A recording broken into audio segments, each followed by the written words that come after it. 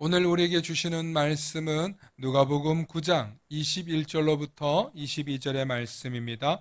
누가복음 9장 21절로부터 22절의 말씀, 우리 한 목소리로 함께 합독하십니다. 시작.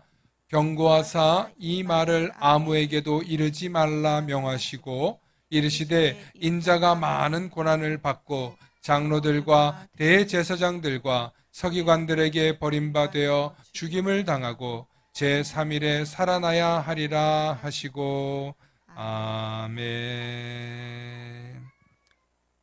오늘 말씀의 제목을 함께 선포해 주시기 바랍니다. 고난받고 버림받고 죽임 당하리라. 시작. 고난받고 버림받고 죽임 당하리라. 아멘.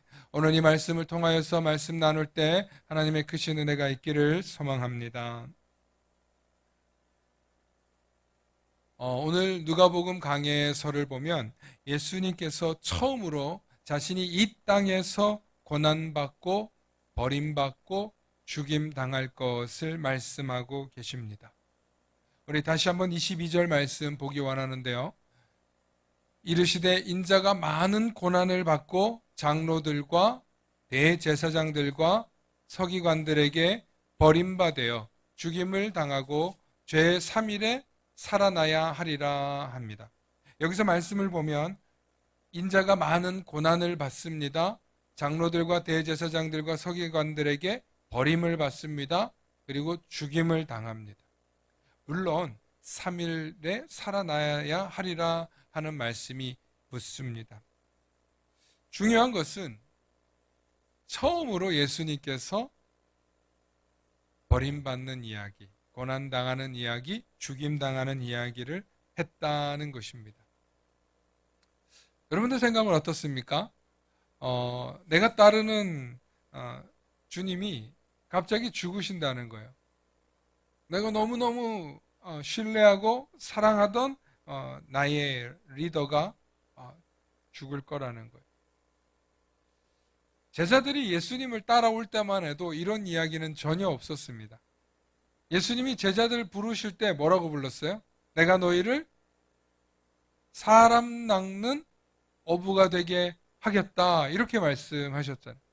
내가 너희를 사람 낚는 어부가 되게 해주시겠다, 이렇게 부르셔놓고는 이제 예수님하고 좀 지내고 난 뒤에 뜬금없이 예수님이 이제 나 죽으러 갈 거야. 나 죽는다니까? 나 고난당하고 버림당하고 나 정말 어려운 일 당할 거야 라고 예수님이 얘기를 하신다는 거예요.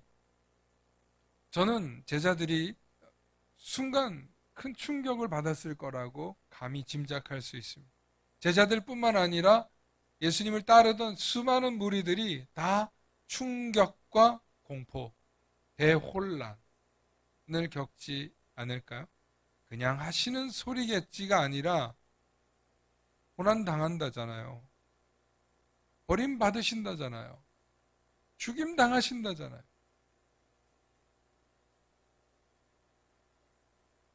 여러분, 실제적으로 제자들 입장에서는 이게 심각한 문제입니다. 그래서 미국 드라마나 다큐멘터리나 아니면 영화나 보면은요, 예수님을 따르던 제자들이 이 장면에서 아연실색합니다. 그리고 그때부터 예수님에 대한 반신반의, 의심, 배신, 어떤 이런 분열, 이런 것들이 제자들에게서 나오기 시작합니다. 그렇지 않겠습니까? 영화나 드라마나 다큐멘터리를 보면 이때부터 본격적으로 제자들이 분열이 일어나요. 서열 문제도 일어나고요. 이후로는 제자들이 예수님이 죽임당한 이후에 누가 그 자리를 차지할 것인가 라는 그런 스토리들이 만들어질 수 있는 라인인 거죠. 그래서 이 소리를 듣고 나서 제자들은 생각하는 거예요. 예수 이후에 누가 이 무리를 이끌 것인가. 세상 정치는요, 세상 사람들은요, 1인자 외에 2인자를 두질 않아요. 그런데 이 서열에 있는 사람들은 1인자가 사라지면 반드시 그 1인자 자리에 자신들이 올라가려고 한단 말이에요. 누가 올라가려고 했겠어요? 그러니까 성경이 그 다음에 나오는 이야기가 제자들 서열 문제 얘기가 나오는 거예요. 괜히 나오는 게 아니에요. 예수님 뒤에 이어서 누구든지 고민이 되는 거예요. 어떻게 하면은 저 자리를 내가 차지할까라는 생각을 할 수도 있는 거죠. 그런데 예수님께서는 이런 제자들의 마음, 태도를 아셨는지 몰라도 이후에 예수님이 바로 얘기합니다. 누구든지 나를 따라오려거든 자기 십자가를 지고 나를 따르리라. 순간 제자들 마음에 그럼 예수님 죽으면 누가 가지? 라는 생각 딱 했을 때 제자들에게 얘기하는 거예요. 선포하는 거예요. 내 뒤를 이어서 따라올 사람은 자기 십자가 지고 가야 돼. 그게 뭔지 모르죠. 상징적으로 얘기했으니 제자들은 다 못 알아들었을 거예요. 아, 리더의 고충을 얘기하나 보다. 응? 아, 예수님의 고충, 응? 예수님의 고난, 어떤 그런 걸 얘기하나 보다. 라고 생각했을지 모릅니다. 역시 예수님처럼 리더십을 발휘한다는 건 결코 쉬운 일이 아닐지도 몰라. 라고 제자들은 생각했을 거라는 말이죠. 두 번째는 난 리더 괜찮아. 잡혀서 고난받고 버림받고 당하여 죽는다고? 야, 안 되겠다. 예수랑 뭐 해야 되겠다? 손절해야 되겠다. 예수님이랑 손절해야 되겠다라는 생각을 딱 해요. 그 사람이 누구예요? 나중에? 전 아니에요. 나 따라다니긴 했는데 나도 속았어. 하고 예수를 팔아버리잖아요. 누가 팔아버립니까? 가룟 유다가 나오는. 제자들의 서열 문제, 나중에 가룟 유다 나오는 이유가 바로 예수님이 이 세상에서 영광을 차지하시는 게 아니라 이 세상에서 예수님께서 고난당하고 버림받고 죽임당한다는 거예요. 그 얘기를 한 번도 아니고 몇 번 합니까? 세 번이나 해요. 세 번이나. 그러니 제자들이 흔들리는 거예요. 제자들이 예수님을 위해서 따라 십자가 질 마음 없었거든요. 분명히 예수님이 처음 어떻게 불렀어요? 내가 너희를 사람 낚는 어부가 되게 하겠다. 또 나중에 너희가 이것을 믿느냐? 나를 따라오는 자들은 이런저런 복을 받는다 그러니까 베드로가 얘기를 해요. 아니 우리는 내 가족과 지인 다 버리고 주님을 따랐건만 도대체 뭘 줍니까? 그러니까 예수님 그제서야 한마디 던져줘요. 나를 따르는 자들은 이 땅에서 100배의 전토를 받는다 얘기를 해요. 여러분 예수님 진짜 심각한 뻥쟁이에요. 사실은 알고 보면. 예수님이 완전히 사람 낚는 어부 된다 해줬다가 결국엔 자기들만 낚였어. 예수님께서 100배의 전토를 주겠다고 그렇게 하셨는데 실제로 받은 사람이 있냐 이 말이에요. 다 순교하고 다 죽임 당했죠. 낚인 건 누구예요? 엄밀히 따지면 예수님께 낚인 건 엄밀히 따지면 누구예요? 제자들이에요. 예수를 따랐던 수많은 사람들이. 예수님께서 제자들을 불렀을 때 예수님을 따랐던 많은 사람들은요, 병 고침 받고 예수님께서 치유해주고 사람을 살리고 이런 일들 때문에 예수님을 따랐던 거예요. 예수님을 믿는 많은 사람들의 목적이 뭐였냐면 주님을 따라다니면 살 수 있기 때문이에요. 주님을 따라다니면 병 고침을 받기 때문이에요. 주님을 따르면 내가 복을 받을 수 있을 거라는 믿음이 있었기 때문이에요. 주님을 따르면 나에게 확실한 복을 주실 거라는 기대 심리가 있었기 때문에 따른 거지. 예수님을 따라가면 십자가 지고 죽는다 라고 해서 따라갈 사람이 누구 있었겠냐. 예수님처럼 너희도 죽는다. 나 같아도 안 따라가. 나 같아도 바보냐. 저 같아도 안 따라가겠어요. 처음 예수님 생판 모르던 예수님을 따라가는 건데. 그렇습니다. 우리가 예수님을 믿고 따랐던 그 첫 번째 동기, 그 시작은요, 우리도 잘 살아보고 싶은 바람, 열망이 있었기 때문에 주님을 따랐다는 거죠. 단순히 천국에 대한 관심이 너무 많아서 예수님을 따랐던 게 아니에요. 교회를 가면, 예수를 믿으면 나에게 뭔가 복이 있을 것 같고, 나에게 뭔가 축복해 주실 것 같고, 내 문제를 해결해 줄 것 같고, 그래서 주님을 따라갔던 거예요. 이게 보편적으로 예수님을 따라간 대부분의 사람들의 신앙생활의 가장 큰 이유요, 목적이요, 바람이에요. 그래서 삶이 어려우니까 주님 앞에 나오는 거예요. 고난이 있으니까 주님 앞에 나오는 거예요. 힘들고 인생이 팍팍하니까 주님 앞에 나오는 거예요. 그런데도 오늘날 이 시대에 얼마나 많은 사람들이 주님 앞에 안 나오는지 아세요?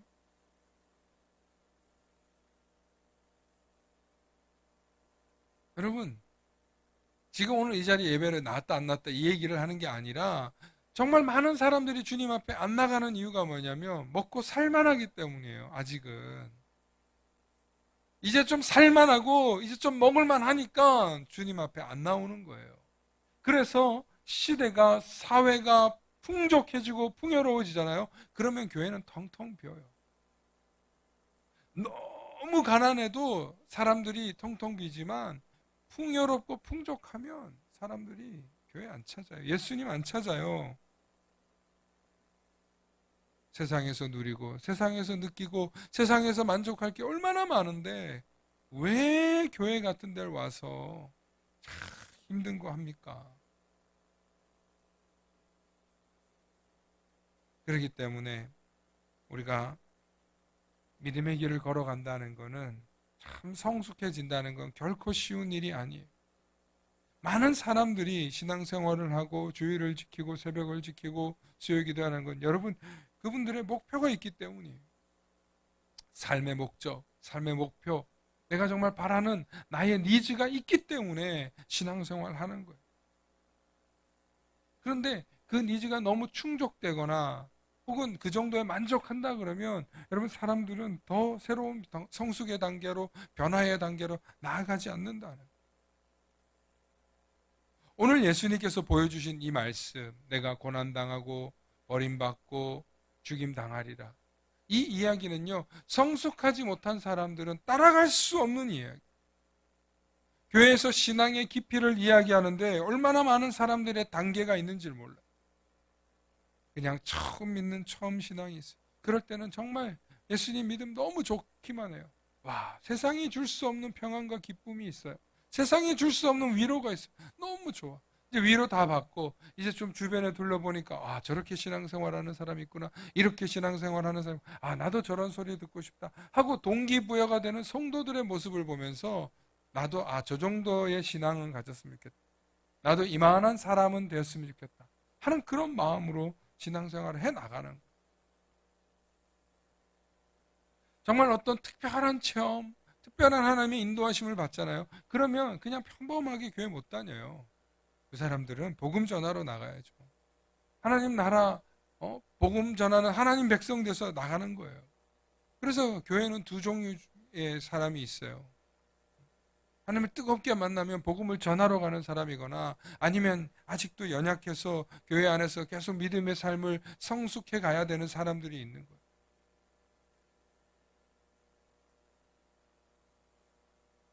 사랑하는 성도 여러분, 우리가 믿음의 삶을 살아간다고 하면서도 과연 우리가 정말 예수님이 원하시는 예수님의 그 단계까지 올라갈 수 있을까요? 저는 결코 아니라고 말해드리고 싶어요. 아주 냉정하고 아주 솔직하게 말씀드려서 여러분 우리의 신앙의 최고봉은 아직 도달하지 못했어요. 그리고 그 최고의 최고봉에 올라가려면 우리가 얼마나 많은 핍박과 고난과 시련을 당해야만 되는지 몰라요. 예수님과 같은 그런 믿음의 경지까지 우리가 올라간다고요.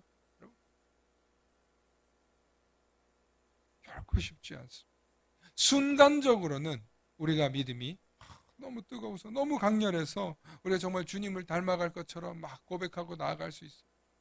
저도 처음에 어릴 때 교회 다니고 이제 뭐 어머니 따라서 부흥회 가고 갔다 오면 그날은 세상 모든 평화, 세상 모든 기쁨, 뭐 누가 뺏어갈 수 없는 만족, 기쁨, 오늘 죽어도 여한이 없는 막 그런 기쁨이 있어요. 그런 카타르시스가 있어요. 예배드리고 하나님 만나고 찬양하고 그러면 그날은 그 순간 믿음이 제일 좋아요. 놀랍게도 그렇게 믿음 제일 좋은 그 순간에 바로 시험 든다 아닙니까? 네. 그래서 저는 초등학교 4학년 때인가부터 호사다마라는 말을 기억해요. 좋은 일에는 뭐가 낀다고요? 마가 낀다는 거예요. 마가 낀다. 좀 잘 해보려고, 좀 은혜 좀 받고 이제 내가 믿음 생활 잘 해보려면 반드시 마가 껴요. 왜 그런 줄 아세요? 왜 마가 끼냐? 내가 아직 깊이가 없기 때문에. 내가 아직 아주 작은 시험거리에도 금세 넘어지는 단계에 있기 때문에 그래요. 내가 아직 아주 작은 바늘에 찔려도 아야 하고 인내하지 못하고 아파하고 성질을 버럭버럭 내고 막 자기의 혈기를 드러내는 그 순간 그 단계가 있기 때문에 아무리 은혜가 넘치고 아무리 믿음의 고백이 넘쳐나도요 우리의 연약한 부분을 건드려요. 마귀는 언제나 우리의 가장 약한 약점을 건드려요. 그럼 우리가 믿음 생활을 정말 잘하려면 무인도 가면 됩니다. 무인도 가면은 정말 믿음 생활 잘할 수 있어요. 왜냐하면 누가 날 건드리지 않기 때문에. 주님 예배하고 주님 찬양하고 주님께 영광 돌리면 내 믿음 나 너무 감사하지. 찬양하지. 왜? 누가 날 안 건드리니. 그런데 무인도에서 계속 이렇게 예배 드려보십시오. 무인도에서 혼자 하나님 찬양하고 예배, 어느 순간부터는 배 좀 지나갔으면 좋겠고, 누군가 나 좀 이렇게 만나줬으면 좋겠고, 외롭잖아요. 외롭잖아요. 그래서 다시 하나님 예배하고 찬양하는데, 이건 누가 보지도 않아. 누가 아는 것 같지도 않아. 그때부터는 이제 무인도 신앙생활이 어떻게 돼요? 공허해지는. 믿음은요, 상호 보완적인, 또 상호 교통이 있는. 내 믿음은 사람들이 볼 때 의미가 있는 거예요. 내 믿음은 하나님과 함께 소통한다고 하지만 내 주변의 사람들이 내 믿음을 통해서 나타낼 수 있는 게 없으면 아무 의미가 없어요. 아무런 화학 반응이 일어나지 않는다니까요.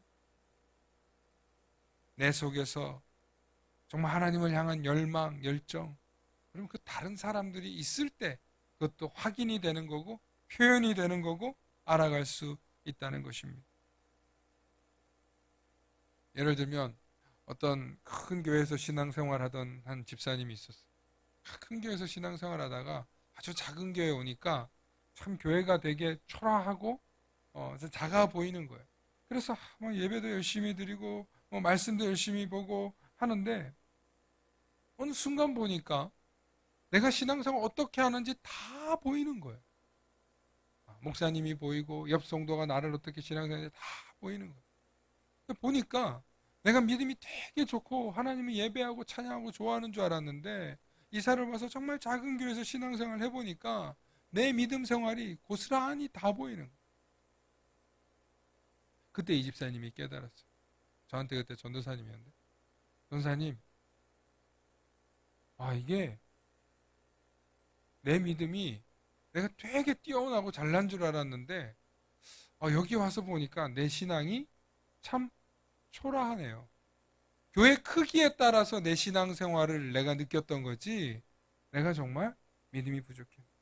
그분이 저한테 그 얘기를 할 때 저는 뭘 알고 있질 않았기 때문에 그 얘기를 들으면서 그냥 가슴에 새겨뒀어요. 근데 이분이 이사를 와서 신앙생활 하면서 하나씩 하나씩 자기 신앙을 점검하시는 거예요. 내가 교회 봉사는 언제 해야 되고 내가 예배는 언제 드려야 되고 내가 직장에서는 어떻게 신앙생활을. 이게 큰 교회에 있을 때하고 작은 교회에 있을 때하고 완전히 다르다는 거예요. 그러니까 제가 얘기하는 작은 교회는 3, 400명 교회를 얘기하는 거예요. 그 교회에서 오셔서 집사님이 그 얘기를 하시는 거예요. 한 몇천 명 있는 교회 다니다가 한 400명 정도 되는 교회 오니까 이게 관리도 부족하고 뭐 여러 가지 부족한 게 많았을 거 아니에요. 근데 그런 얘기를 하시면서 이 집사님이 자기는 좀 더 이렇게 목사님이나 전사님이나 자주 만나서 이렇게 보고 싶다는 거예요. 실제로 더 자주 볼 수 있는, 실제로 더 자주 만나서 더 자주 성경의 얘기, 신앙의 고민의 얘기를 나눌 수 있는. 그러면서 그분이 이 정도 교회에서 신앙생활하는 게 자기는 너무 좋다고 그런 고백을 하는 거였어요. 그렇습니다. 저는 그 얘기를 들으면서 순간 이런 생각이 났어요. 여러분 아주 유명한 그 학원 같은데 소수정예반이라고 아이들을 뽑아요. 예. 그러면 거기에는 소수정예반은 학원비도 더 비싸고 그리고 아무나 들어가지도 못해요. 나름의 실력과 준비가 된 친구들만 들어가요. 학원도 마찬가지로 소수정예반이 더 비싸고 더 관리를 잘 받기 때문에 들어가려고 서로 경쟁하는 것처럼 사실 신앙생활도 자세히 들여다보면 작은 교회에서 신앙생활을 하는 게 훨씬 더 퀄리티가 있고 케어를 받을 수 있고 돌봄도 받을 수 있고 믿음도 장성하게 할 수 있는 큰 교회 가서 어떤 문화적인 컨텐츠들 이런 거 보는 게 여러분 필요할 수 있죠. 그런데 그게 내 신앙을 전부를 드러내는 게 아니에요. 오히려 작은 교회에서 우리의 신앙이 보이는 거예요. 내가 어떻게 하고 있는지, 내가 어떻게 신앙생활을 하는지 점검이 되는 거예요. 물론 교회와 학원을 신앙생활을 비교하는 건 어불성설이지만 중요한 것은 믿음이 연약한 사람일수록 더 깊이 있는 신앙생활로 연단받을 수 있는 곳이 오히려 작은 교회. 그리고 우리의 믿음이 얼마나 시련이 있고 어떻게 단련되고 있는지 서로 볼 수 있기 때문에 믿음의 깊이가 더욱더 깊어질 수 있는 것입니다. 정말 중요한 것은 우리의 믿음의 여정은 단박에 급성장하는 게 아니라 하루하루 꾸준히 주님의 은혜와 주님의 말씀으로 그 믿음의 여정을 걸어가는 거예요. 그래서 주님이 부르실 때까지 우리의 믿음은 꾸준히 정진하며 주님을 닮아가는 거지 갑자기 예수님을 따라서 놀랍게 변화되고 성장하는 경우는 드물다는 거예요. 혹은 성령 충만함, 성령의 오순절 성령 사건을 받아서 우리가 막 변해졌다. 여러분 그것만 있는 게 그 이후에 예수님께서 제자들을 다시금 당금질하고 가르치고 양육하고 훈련하는 더 깊이 있는 양육의 시간이 있었다는 걸 우리는 기억해야 돼요. 그 과정에서 우리의 믿음이 조금 더 진일보하고 우리의 믿음이 조금 더 성장하는 거예요. 인간관계에서, 가족관계에서, 부부관계에서, 형제관계에서 여러 가지 관계들을 통해서 우리의 믿음이 마치 바다에 밀물이 있고 썰물이 있듯이 우리의 믿음이 밀물과 썰물처럼 때로는 믿음이 깊어졌다가 때로는 또 빠졌다가 그런 과정을 계속 겪으면서 우리의 믿음이 성장하고 때로는 후퇴도 하더라는. 그러는 날마다 후퇴하는 신앙이 아니라 날마다 성장하는 그런 저와 여러분들 되시길 소망합니다. 오늘 예수님께서 제자들에게 분명히 말씀하세요. 내가 버림받고 고난당하고 죽임을 당한다는 것. 여러분 이 이야기만 있으면 우리에게는 소망이 없어요. 그러나 제 3일 만에 다시 살아나야 하리라. 할렐루야. 여러분 저는 이게 너무 감사한 게 예수님께서 3일 후에 다시 살아나신다고 말씀하시죠. 그러니까 우리가 정말 슬퍼하고 아파하고 괴로워하는 시간은 3일이면 족하다는 거예요.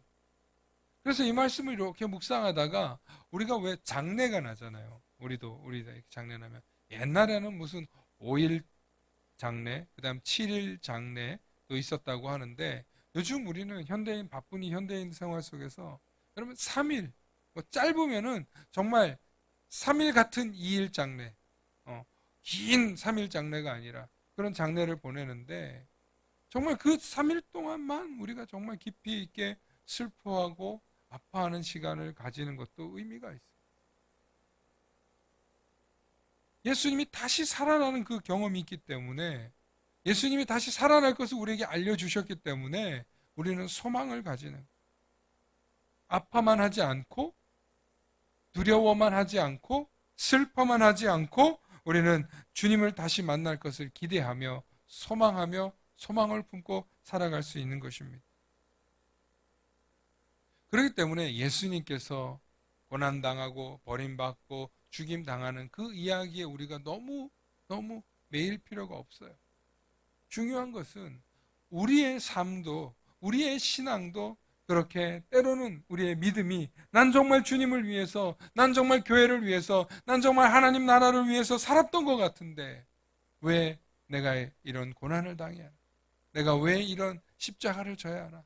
내가 왜 이런 아픔을 당해야 하나? 그런 마음이 우리에게도 들 때가 온다는 거예요. 누구처럼? 예수님처럼. 예수님이 당하셨던 것처럼 우리도 그런 순간이 있다는 거예요. 그런데 그 순간에만 머물러 있지 말고 3일 후에 다시 살아나는 예수 그리스도를 바라보면서 우리에게도 부활 소망을 주시는 그 주님을 닮아내시는, 그 주님을 따라가시는, 그 주님과 함께 동행하시는 저와 여러분들 되시길 축원합니다. 축원합니다. 이렇게 오늘 말씀을 준비하다가 참 우리의 신앙이 밀물과 썰물 같다라는 생각도 하면서 또 우리의 믿음이 참 사계절 같다, 봄, 여름, 가을, 겨울 같다는 생각이 들었습니다. 여러분, 예수님이 우리에게 말하시는 건 우리가 이 세상을 살면서 장렬하게 난 믿음으로 산화하리라 그렇게 살기를 바라실까요?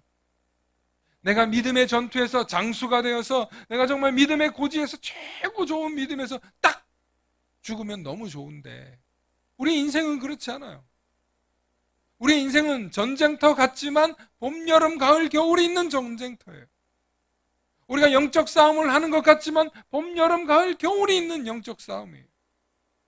이게 무슨 얘기냐면 우리가 영적 싸움에서 승리하기 위해서 장렬하게 전사하면 너무 좋겠지만 때로는 우리의 영적인 봄이 있을 때가 있는 거예요. 여름일 때도 있고 가을일 때도 있고 겨울일 때도 있는 거예요.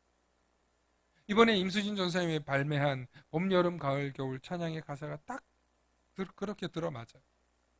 한번 가사를 우리 PPT로 한번 띄워주실래요? 네. 봄, 주님의 사랑이 아름답게 피어오르네. 여름, 뜨거운 햇살처럼 열정으로 채워주시네. 가을, 높고 푸른 하늘처럼 풍성한 결실을 주시네. 그런데 겨울, 시련의 바람이 불어오네. 시련의 바람. 그런데 이 시련의 바람 때문에 우리가 영혼을 생각하는 거예요. 내 영혼의 때를 생각하는 거예요. 내 영혼을 돌보는 거예요. 내 영혼을 강건케 해야 되겠구나. 내 영혼을 돌봐야 되겠구나. 내 영혼을 지켜주시고 보호해주시고 돌봐주시는 분은 우리 주님밖에 없잖아. 주님의 은혜를 사모하게 되는 거예요. 언제? 겨울에 시련의 바람이 불어올 때 내 영혼 강건케 하신. 그래서 어떻게 해야 돼요? 모든 순간 우리는 봄, 여름, 가을, 겨울이어도 모든 순간 주님께 감사하리. 기쁜 날에는 찬양하고 슬픈 날에는 기도하고 봄, 여름, 가을 모든 순간에 주님께 찬양하고 순종하며 나아가리. 이것이 우리 성도들이 가는 길이라는, 이것이 저와 여러분들이 주님이 부르시는 그날까지 겪어야 될 봄, 여름, 가을, 겨울이에요. 목회를 하면서 항상 봄일 수 있겠습니다. 목회를 하면서 항상 가을처럼 풍성할 수 있겠습니다. 때론 겨울 같은, 어쩌면 지금 한국 사회의 교회가 지금 겨울의 시기가 아닌가 싶어요. 풍성한 가을을 겪었다가 이제는 너무 황량한 겨울의 시기를 보내고 있어요. 성도들이 더 이상 믿음의 길, 사모하는 길, 순종하는 길이 아니라 세상으로 빠져나가고 싶어서 세상에 즐기고 세상에 기쁘고 세상에 재밌는 게 너무 많으니까. 그런데 그건 결국 영혼의 겨울을 맞이하는 길이라는 거예요. 아까 찬양을 하는데 미국의 그 황량한 그 서부 시대가 생각났어요. 서부 시대 때 미국에서 금강을 캐겠다고 정말 그러니까 1700년, 1800년 이 무렵인데 많은 곳곳에 교회를 세워요. 그리스도인들이. 그런데 주일날 교회를 세우지만 사람들이 교회를 오지를 않아요. 교회에서 모여서 예배를 드리는 것 같지만 그들이 가난하고 굶주리고 풍족하지 못하니까 예배에 전혀 기쁨이 없어요. 그런데 어느 순간부터 부흥이 일어나기 시작. 어느 순간부터 말씀을 사모하기 시작. 여러분 미국 사회도 처음부터 그렇게 교회가 흥왕하고 부흥했던 때가 아니에요. 황량했던 시기가 있었어요. 황야의 사막과 같은 그런 시기가 있었어요. 그런데 지금 다시 미국 교회가 또 다시 하강하고 있어요. 또 다시 추락하고 있어요. 한국 교회도 마찬가지예요. 또 다시 지금 하강하고 있어요. 이럴 때일수록 우리의 겨울에 시련의 바람이 부는 이런 한국 교회, 아니 세계 교회들 속에서 우리가 무엇이 문제인가? 다시 한번 성도의 길을 걸어가기 위해서 다시 한번 주님께 순종하며 나아가고 다시 한번 주님께 감사하며 나아가시는 저와 여러분들 되시길 축원합니다. 분명히 우리 삶 가운데 예수님이 말씀하시는 버림받고 고난당하고 죽임당하는 그런 순간순간이 우리에게 찾아올지 몰라요. 그러나 그 모든 순간에도 마침내 제3일 만에 다시 살아나는 그 주님을 바라보면서 그럼에도 불구하고 감사하죠. 그래도 감사하죠. 오곡백과 결실이 없어도 하나님께 감사했던 처음 추수감사를 저를 미국에서 드렸던 그 미국의 그 신앙인들처럼 오늘날 이 한국교회도 오곡백과 풍성한 추수감사절이 아니라 너무 어렵고 힘든 이 겨울을 보내고 있는 한국교회 속에서도 저와 여러분들은 감사하실 수 있기를 축원합니다. 감사하시면 반드시 문제가 해결되고 감사하시면 우리의 영혼에 봄, 여름, 가을과 같은 축복을 또한 주실 줄로 믿습니다.